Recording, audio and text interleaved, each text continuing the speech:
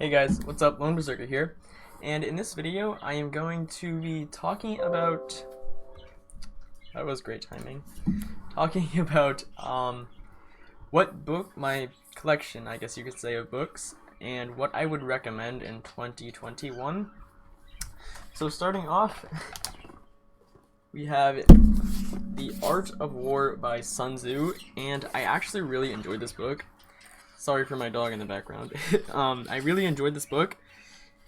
It really reflects on military history, not history, tactics, and it actually really helped me a lot. So I definitely learned a lot from this book in terms of tactically wise. So I do recommend this. I will try and leave a link for every book I have in the description. So that's that one, and here is the cover. And this is by, obviously, Sun Tzu, if you haven't heard of it. And it's translated by J. Trapp.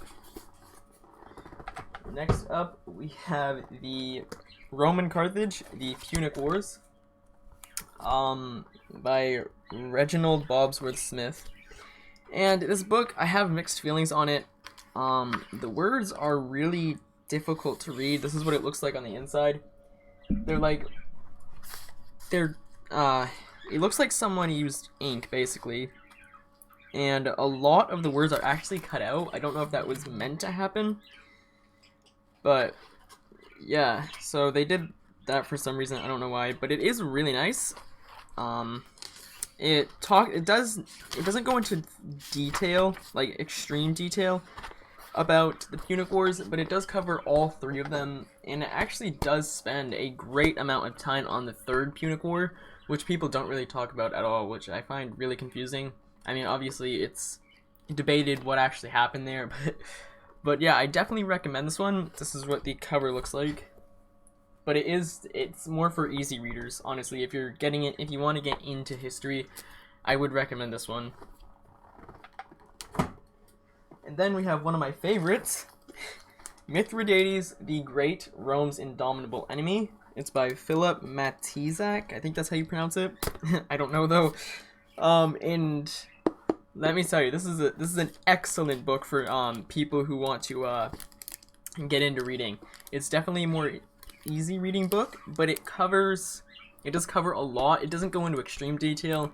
It mainly focuses on Mithridates and his military achievements. It puts a lot of time and effort into the Armenian campaign. And that's really cool because, you know, a lot of people don't usually do that. So I think it was one of my favorites. At the time, it was my favorite. In fact, this was a record time reading for me. And I usually take a long time to read books. So here's the cover again. And once again, if I can get it without glaring. Once again, I will try to leave a link in the description. Next, we have another really good one. It's Hannibal by Serge Lancel. And this one literally only focuses on Hannibal, or Barcid Spain, the Barcid dynasty, which is really cool. But it doesn't talk about anything else but the Barcid dynasty. And I can understand why, because it's literally called Hannibal, so it doesn't talk about anything else going on in the war. It doesn't talk about the Sicilian campaign, and it doesn't really go into that great of detail of the African campaign except for Zama. But it does talk about what his army would have been like, what he was as a commander, how he managed to get over the Alps. He went into great detail about that. He also went into a lot of detail about the crossing of the Apennines, I think it was. And he puts a lot of time into the battles too, so that's really nice. And I do recommend that, and here's the cover again. So then we have my favorite book, The Poison King, The Life and Legend of Mithridates the Great, Rome's Deadliest Enemy by Adrian Mayer. And I gotta tell you, it's a thick book. It took me a long time to read this. It's over 300 pages long, but I absolutely loved it. Adrian Mayer is an awesome book writer. The way she wrote this one absolutely blew me away. It was such a good book. She puts a bunch of time into who Mithridates was as a person and what his basically what he could have done better, his achievements, how he crossed the Caucasian mountains, his life just as a person, which really, really brings out who he was and why he is called Mithridates the Great. I 100% recommend this. It's gonna take you a while to read. Like, it's not for new readers, that's for sure. So it's more for, I guess you could say, experienced. This is what the cover looks like, and here's the back. Once again, I will try to list everything in the description if I remember to. Next we have, what is it? Oh, this is Alexander the Great, The Story of an Ancient Life by Thomas R. Martin and Christopher W. Blackwell. It's strange to say the least. I can't really recommend it. It was incredibly boring. Like, you would think a book about Alexander wouldn't be, but this was. This one I like dragged out way longer than I should have, and it's less than 200 pages long. He doesn't go into the battles at all. He really doesn't cover who Alexander was as a person, and in fact, he made me hate Alexander more after I read this book. Here's what the cover looks like. So yeah, I do not recommend this. I wanted to try and get into Alexander, but after reading this, I can't. And next we have a weird book to say the least. It's by Serge Moyen. I don't know how you would say that. It's Tigranes the Great, The Rise and Fall of an Ancient Empire. This is what the cover looks like. And it was actually really cool. It took me a day to read. It's less than 150 pages. Like, it's, in terms of actual reading, it's like 150 pages.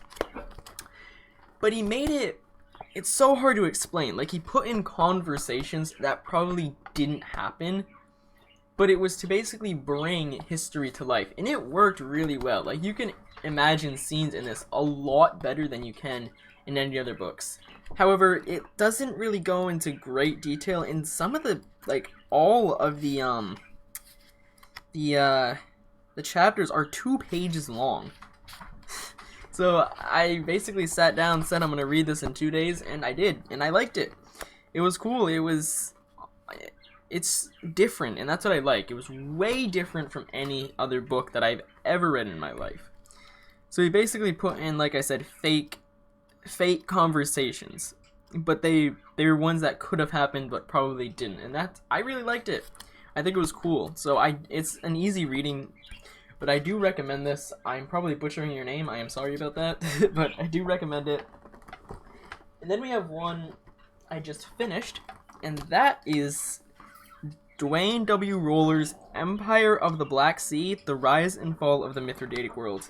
This is what the cover looks like. And I absolutely love this book. It's, I think, if I'm not mistaken, less than 300 pages. But he talks about the early life of the Mithridatic world.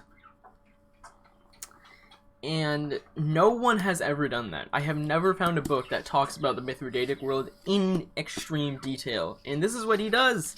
I loved this book, honestly. It's a recommended. It definitely is for more experience. It's kind of dragged out a little bit more. But it's awesome. He also debunks a lot of theories about the Mithridatic world.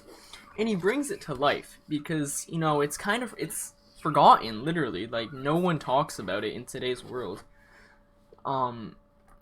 So he really does a great job about bringing the book back to life, and the empire back to life, I mean. And it really reflects how the Mithridatic world rose and fell. It was, it rose.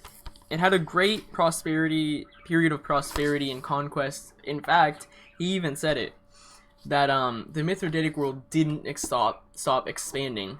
And then when Mithridates VI, the Great, came to power, he really brought the empire to its height. And he goes into detail about a lot of the campaigns that other people don't.